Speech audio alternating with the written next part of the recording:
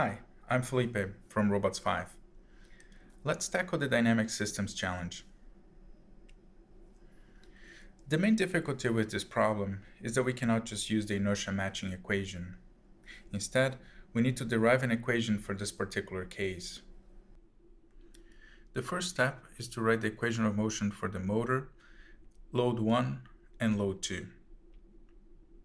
We also need the relationships between gear ratio and angular accelerations. Next, we solve for the contact force 1 and plug that expression into the load 1 equation. Then, we take the same approach with contact force 2 and plug that expression into the load 2 equation. Now, we can isolate the angular acceleration for load 2.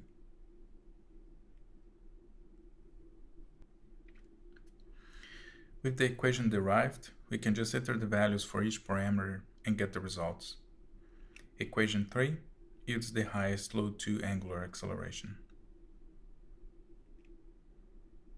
Here we have 3 runs that illustrate the difference in performance.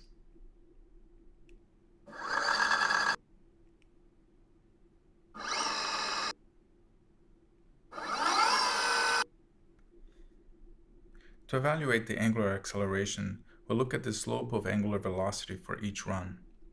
The higher the slope, the higher the acceleration. These results match our calculations, with option 3 yielding the highest acceleration.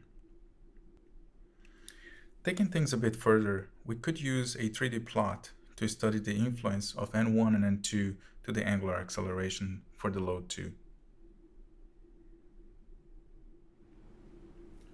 For more information, please visit our website. Thank you.